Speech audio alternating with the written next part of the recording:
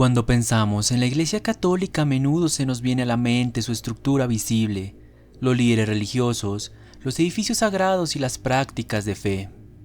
Sin embargo, detrás de esta fachada hay una serie de aspectos menos visibles, pero igualmente importantes, que conforman lo que podríamos llamar el lado oscuro de la Iglesia Católica. Es por eso que a continuación te mostraré la otra cara de la moneda de esta organización. Este es el iceberg de la Iglesia Católica. Exploremos su lado oscuro.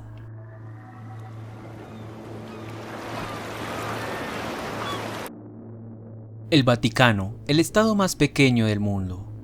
Pero no se dejen engañar por su tamaño, porque este diminuto país tiene una influencia y una riqueza cultural enormes. El Vaticano es tan pequeño que incluso tú podrías recorrerlo a pie en menos de una hora.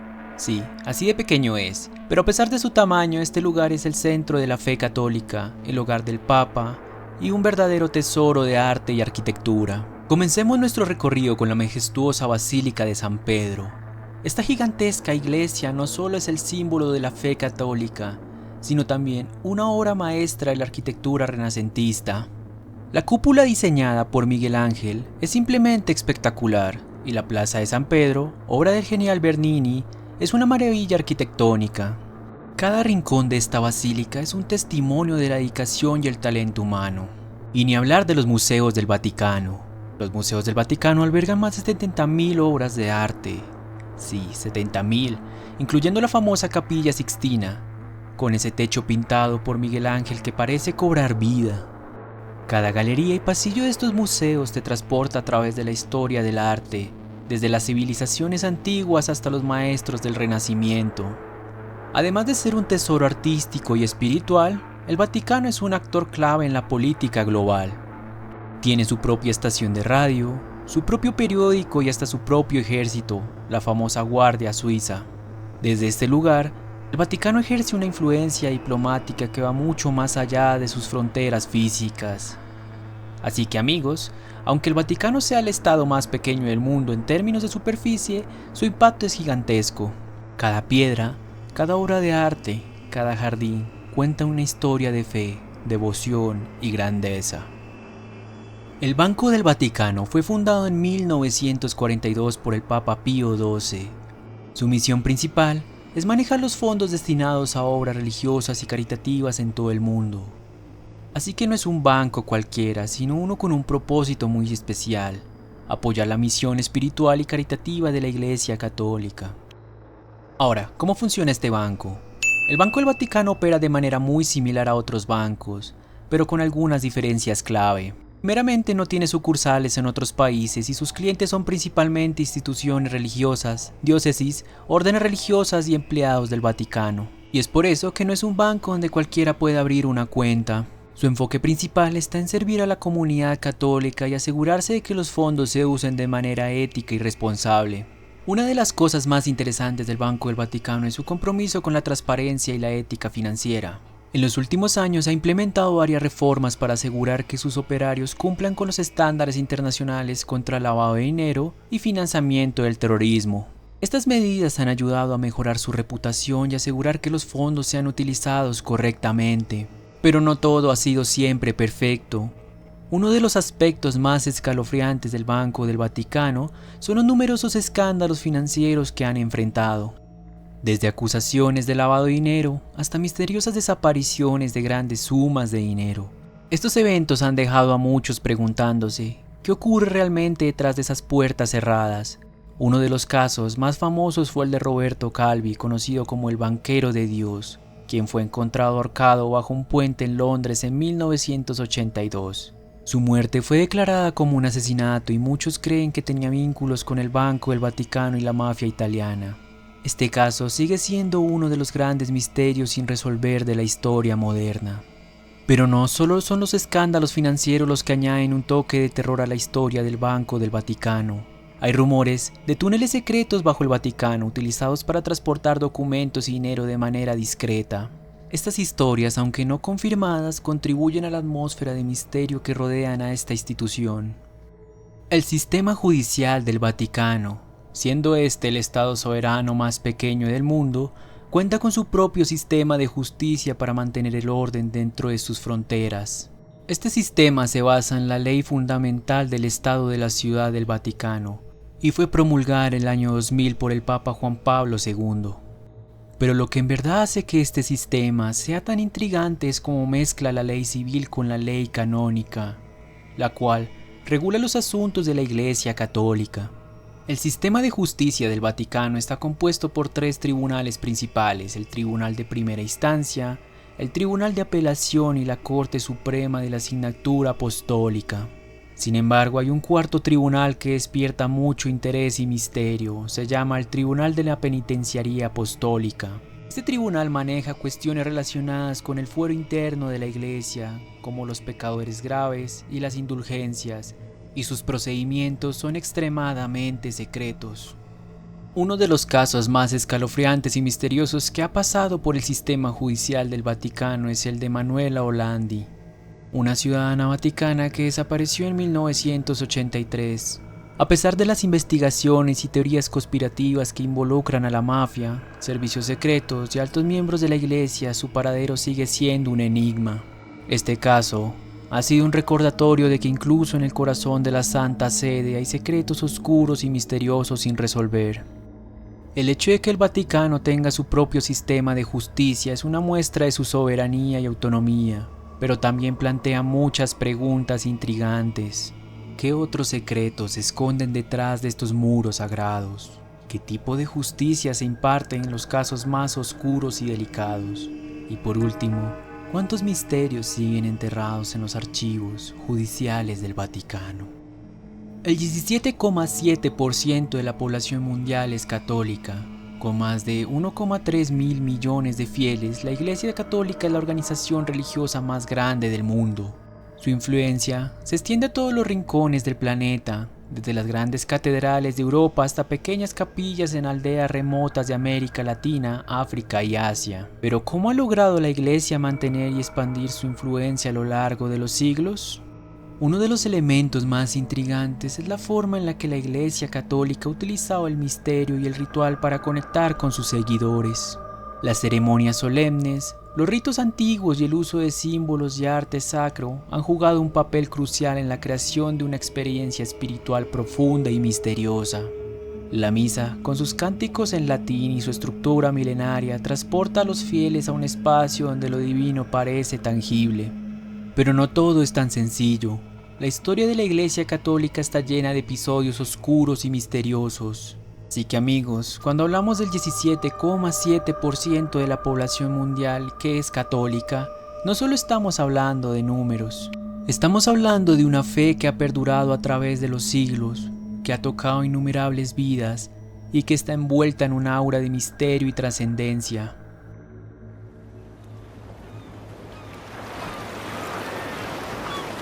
La Iglesia Católica no solo es rica en términos espirituales y culturales, sino también en términos financieros. Desde sus vastas propiedades inmobiliarias hasta sus tesoros artísticos y sus inversiones, la Iglesia posee una riqueza incalculable. Pero ¿cómo ha acumulado tanto valor a lo largo de los siglos? Uno de los activos más valiosos de la Iglesia es sin duda su inmenso patrimonio inmobiliario.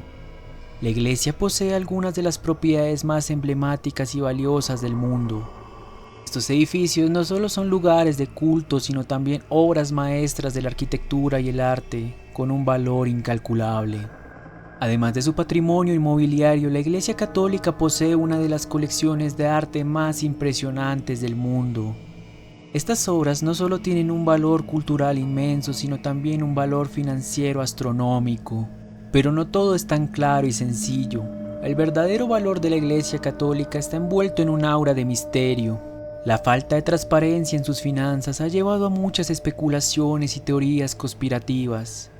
¿Qué secretos financieros esconde el Vaticano?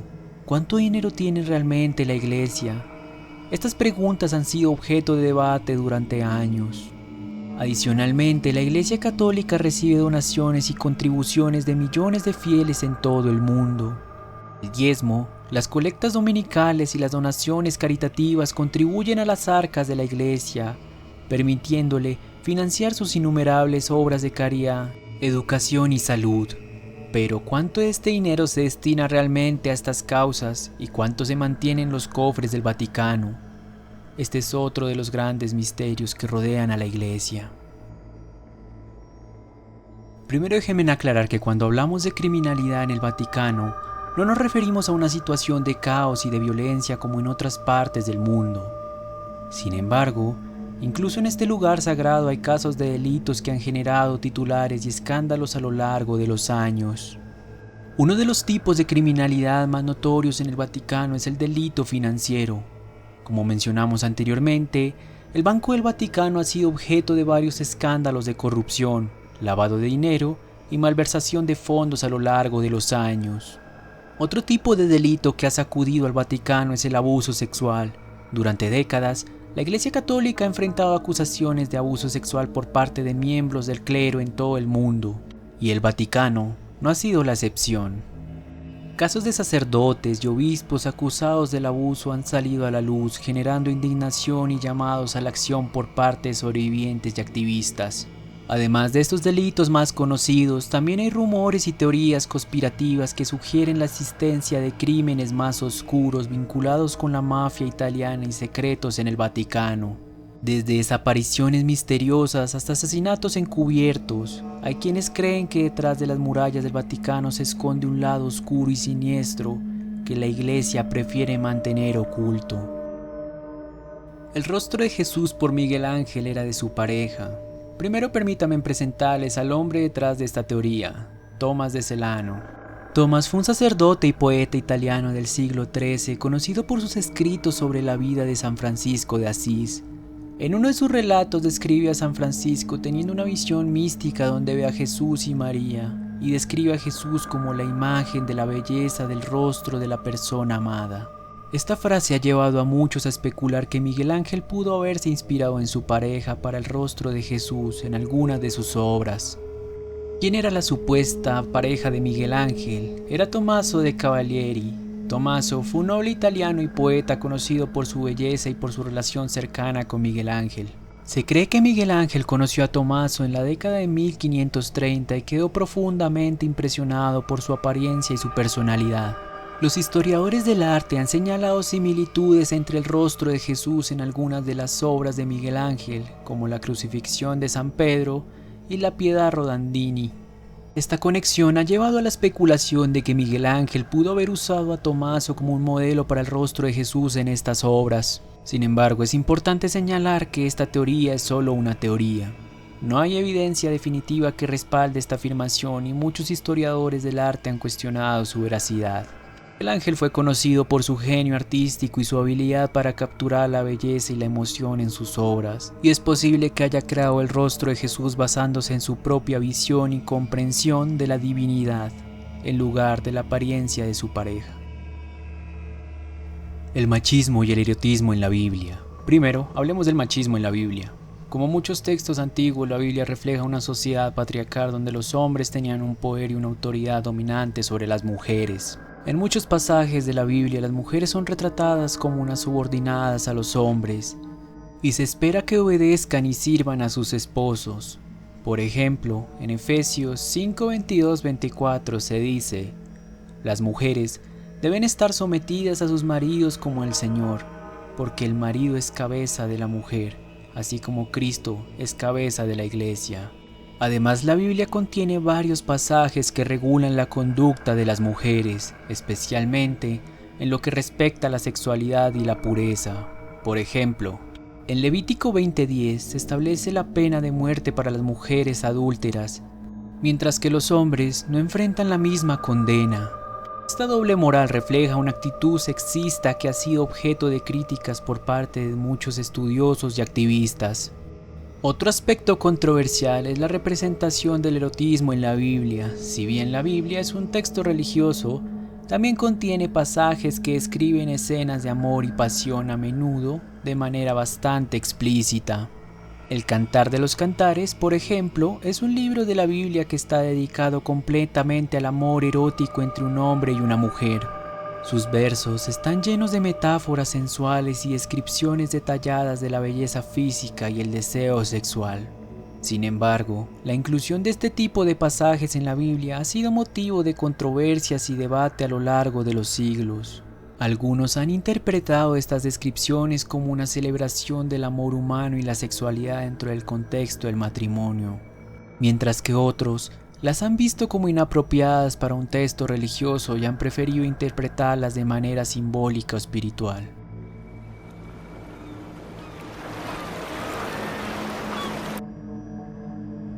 La teoría de la Biblia original sugiere que los textos bíblicos que conocemos hoy en día son solo una versión modificada y editada de una colección mucho más antigua de relatos y enseñanzas.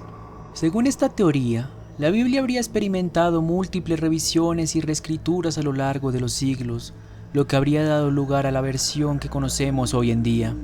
Pero ¿qué evidencia respalda esta teoría? Para empezar, los estudios de la Biblia han descubierto que muchos de los libros de la Biblia fueron escritos en diferentes épocas y por diferentes autores, y luego fueron compilados y editados por editores posteriores.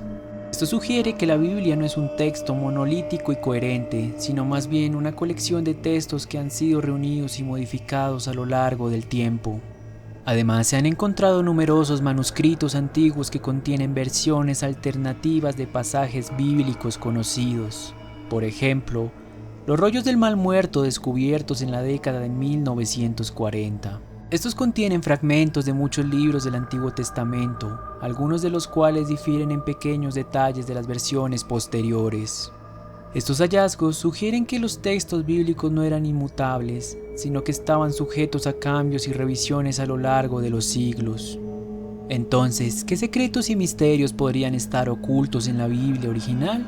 Algunos teóricos sugieren que los textos originales podrían contener enseñanzas y relatos que fueron eliminados o modificados por razones políticas, religiosas o ideológicas.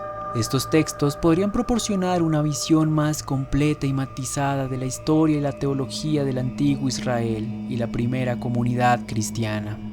Por ejemplo, se cree que el libro de Enoc, un antiguo texto judío que no forma parte del canon bíblico estándar, contiene enseñanzas sobre ángeles caídos, gigantes y otros temas que no se encuentran en la Biblia.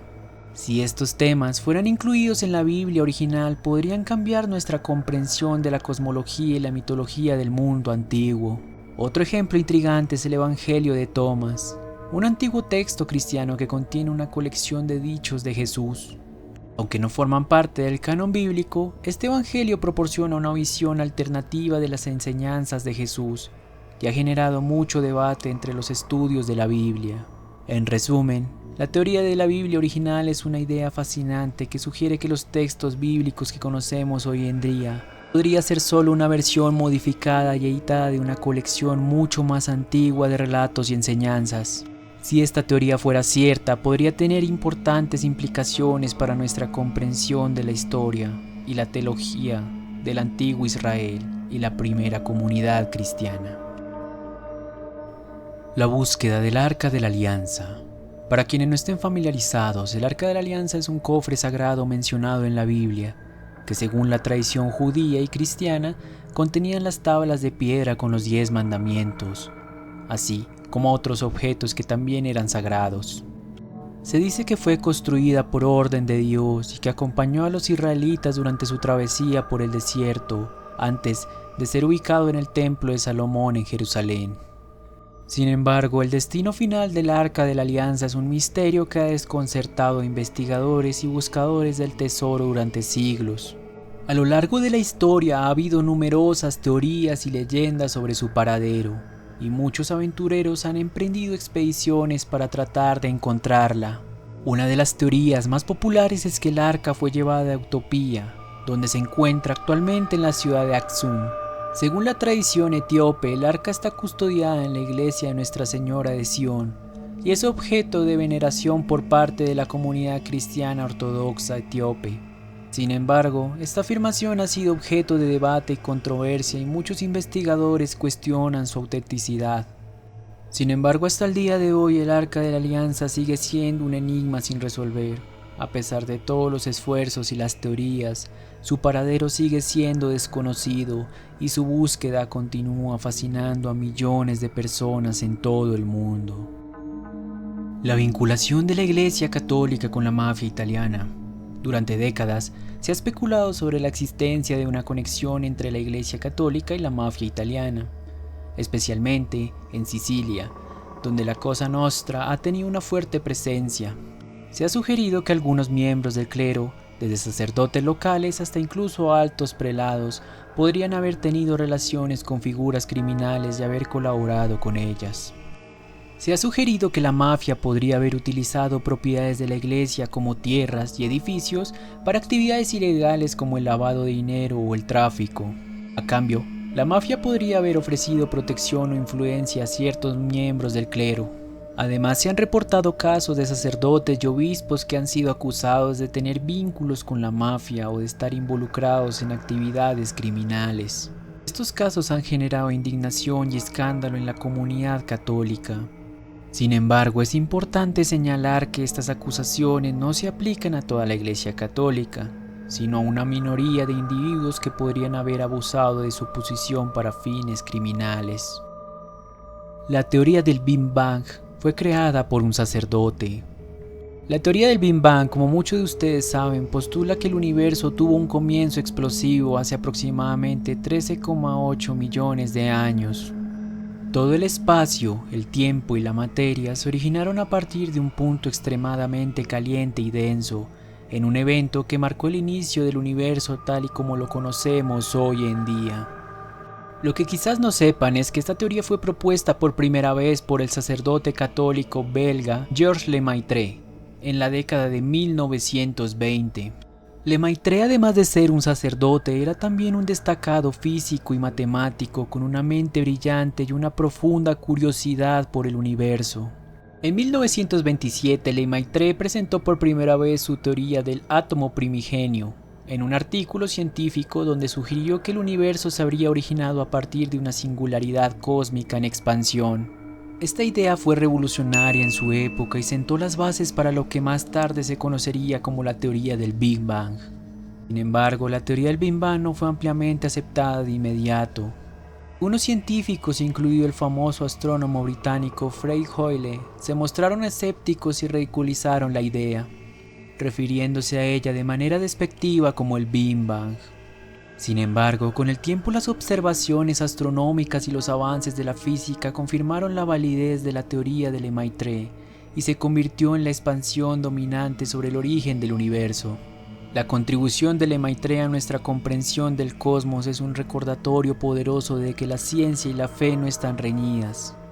Lemaitre era un hombre de fe profundamente comprometido con su religión, pero también era un científico riguroso y creativo que estaba dispuesto a explorar los misterios del universo con una mente abierta y curiosa.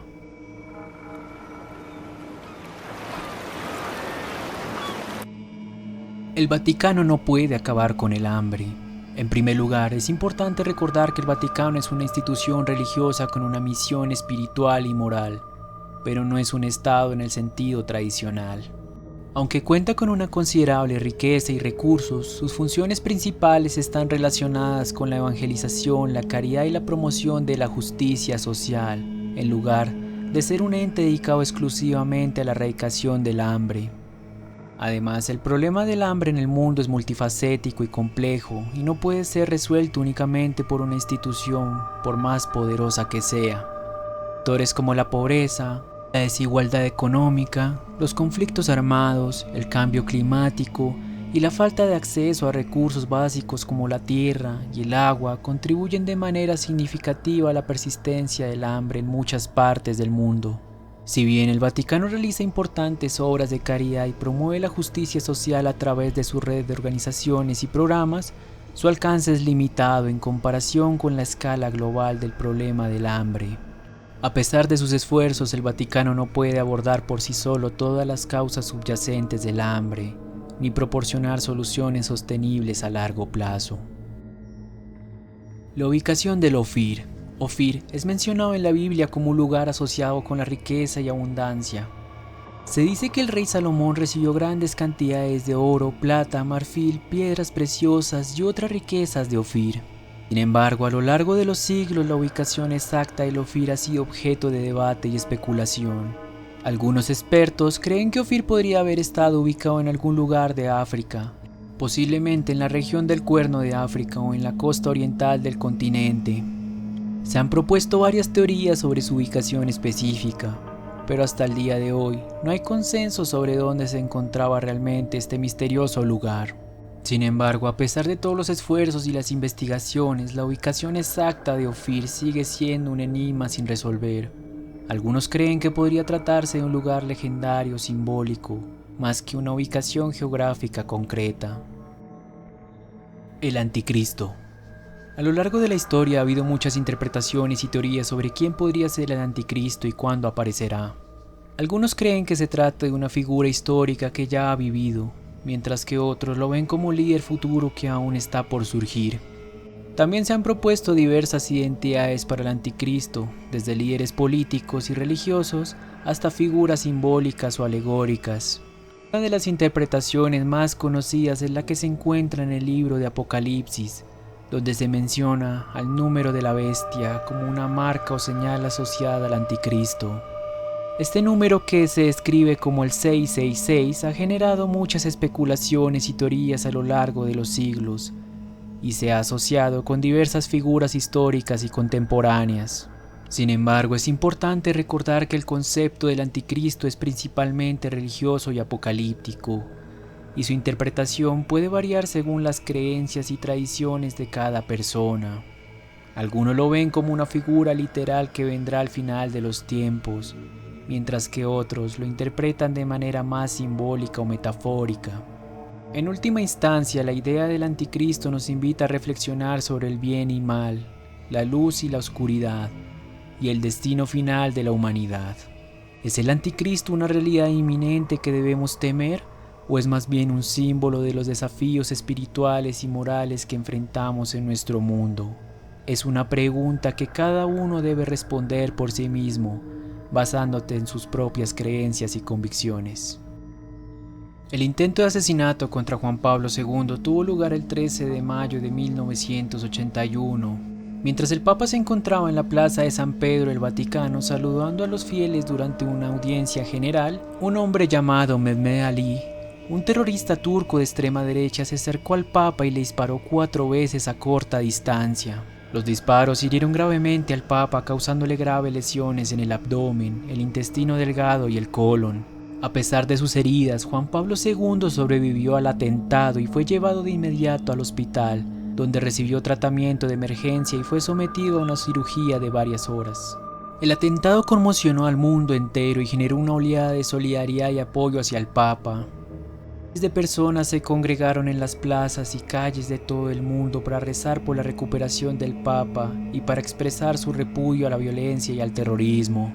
Tras su recuperación, Juan Pablo II perdonó públicamente al criminal y visitó personalmente en la cárcel al hombre que había intentado quitarle la vida.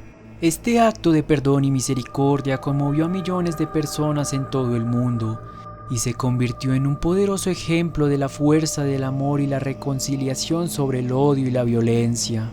El intento de asesinato contra Juan Pablo II también tuvo importantes consecuencias políticas y sociales. Se descubrió que Mehmet tenía conexiones con la inteligencia militar de varios países, lo que generó especulaciones sobre posibles motivaciones políticas detrás del atentado. El Papa, por su parte, continuó su firme defensa de los derechos humanos y su llamado a la paz y la justicia en todo el mundo.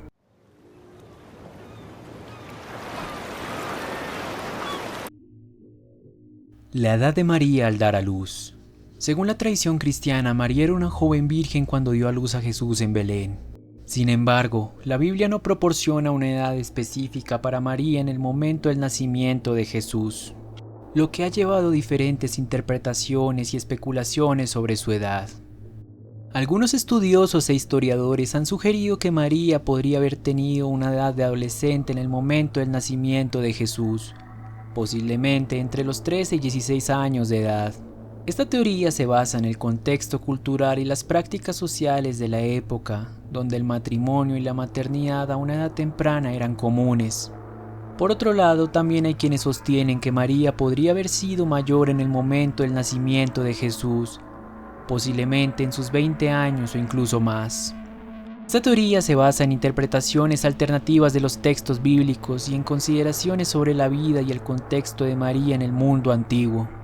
En última instancia, la teoría de la edad de María al dar a luz a Jesús sigue siendo un enigma sin resolver, y es probable que nunca sepamos con certeza cuántos años tenía realmente. Sin embargo, lo que sí sabemos es que su papel como madre de Jesús y su fe inquebrantable en Dios son ejemplos inspiradores para millones de personas en todo el mundo.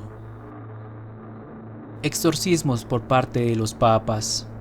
Los exorcismos son rituales religiosos destinados a expulsar a los espíritus malignos o demoníacos de personas o lugares poseídos. A lo largo de la historia, la Iglesia Católica ha practicado el exorcismo como parte de su ministerio y de liberación espiritual y sanación.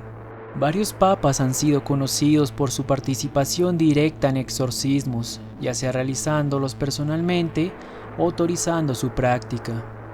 Uno de los ejemplos más destacados es el Papa León XIII, quien en el siglo XIX escribió el famoso Exorcismo contra Satanás y los ángeles apóstatas, una oración poderosa utilizada en los rituales de exorcismo. Otro ejemplo notable es el Papa Juan Pablo II, quien durante su papado expresó su creencia en la realidad del mal y autorizó varios exorcismos durante su tiempo como líder de la Iglesia Católica. Se dice también que él realizó varios exorcismos en privado y alentó a los sacerdotes a enfrentarse al mal a través de la oración y el ministerio pastoral. Sin embargo, es importante señalar que la participación de los papas en exorcismos es relativamente rara y se limita a casos excepcionales. La mayoría de los exorcismos son realizados por sacerdotes capacitados y autorizados por la Iglesia, siguiendo estrictos protocolos y directrices. Además, la Iglesia Católica advierte contra el sensacionalismo en torno al tema del exorcismo y enfatiza la importancia de abordar los casos de posesión demoníaca con seriedad. A partir de este nivel nos vamos a adentrar a lo más profundo y oscuro de este iceberg, donde la Iglesia Católica fue capaz de cometer actos de inhumanidad extrema y violencia que mancharon su nombre, al punto de que aún se habla de ello y quedará por siempre en su historia.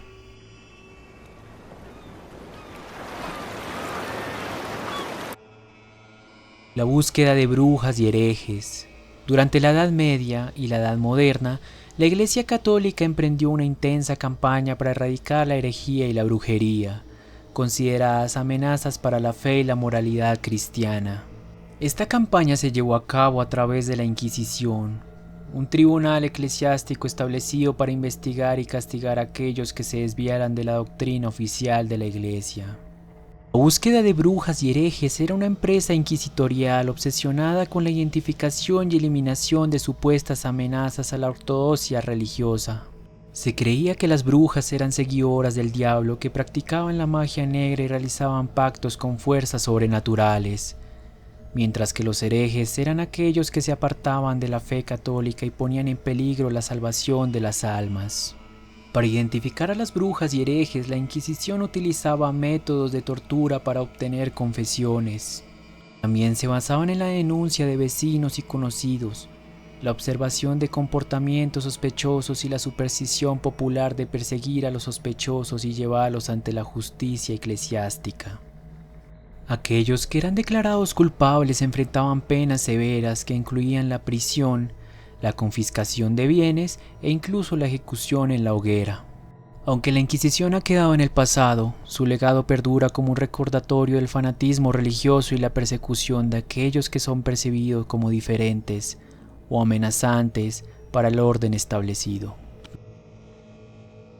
Los métodos de tortura durante la Santa Inquisición.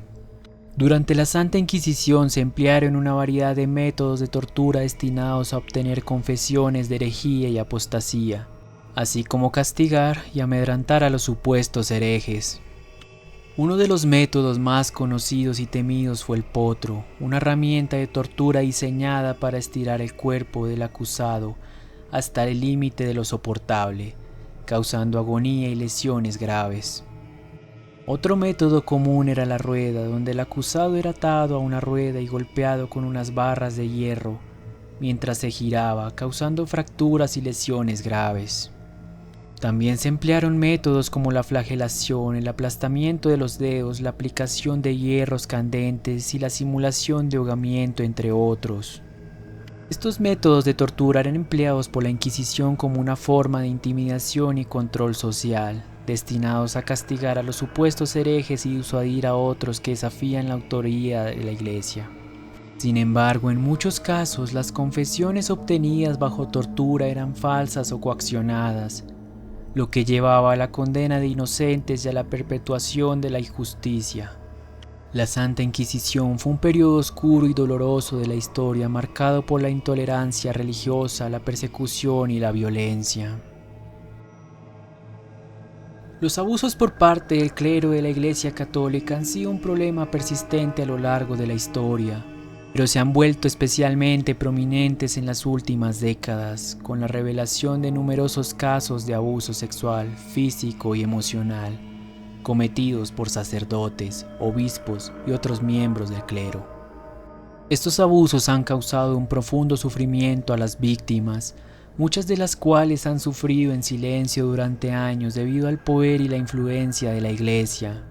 Las víctimas han enfrentado no solo el trauma del abuso en sí, sino también la falta de apoyo y la negación por parte de las autoridades eclesiásticas, lo que ha exacerbado su dolor y sufrimiento. La revelación de estos abusos ha sacudido los cimientos de la Iglesia Católica y ha generado un intenso escrutinio público sobre su manejo de los casos de abuso y su responsabilidad hacia las víctimas. Ha habido críticas generalizadas hacia la jerarquía de la Iglesia por encubrir y minimizar los casos de abuso, así como por no tomar medidas adecuadas para prevenir futuros abusos y proteger a los más vulnerables.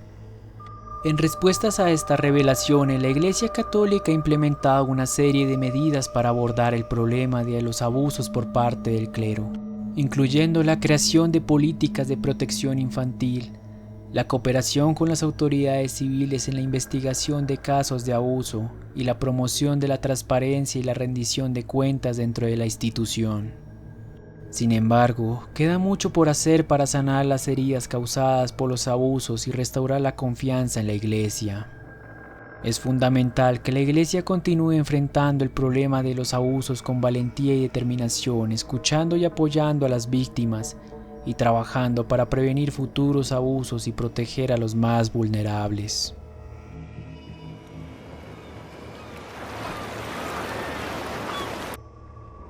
Galileo Galilei nació en Pisa, Italia, en 1564, en una época de profundos cambios en el mundo occidental. Desde joven mostró un talento excepcional para las matemáticas y la observación científica, y rápidamente se convirtió en uno de los científicos más destacados de su generación. Una de las contribuciones más importantes de Galileo fue su trabajo en el campo de la astronomía. Utilizando un telescopio que él mismo construyó, Galileo realizó una serie de observaciones revolucionarias que confirmaron la teoría que postulaba que la Tierra y los demás planetas orbitaban alrededor del Sol, desafiando así la visión geocéntrica del universo defendida por la Iglesia Católica.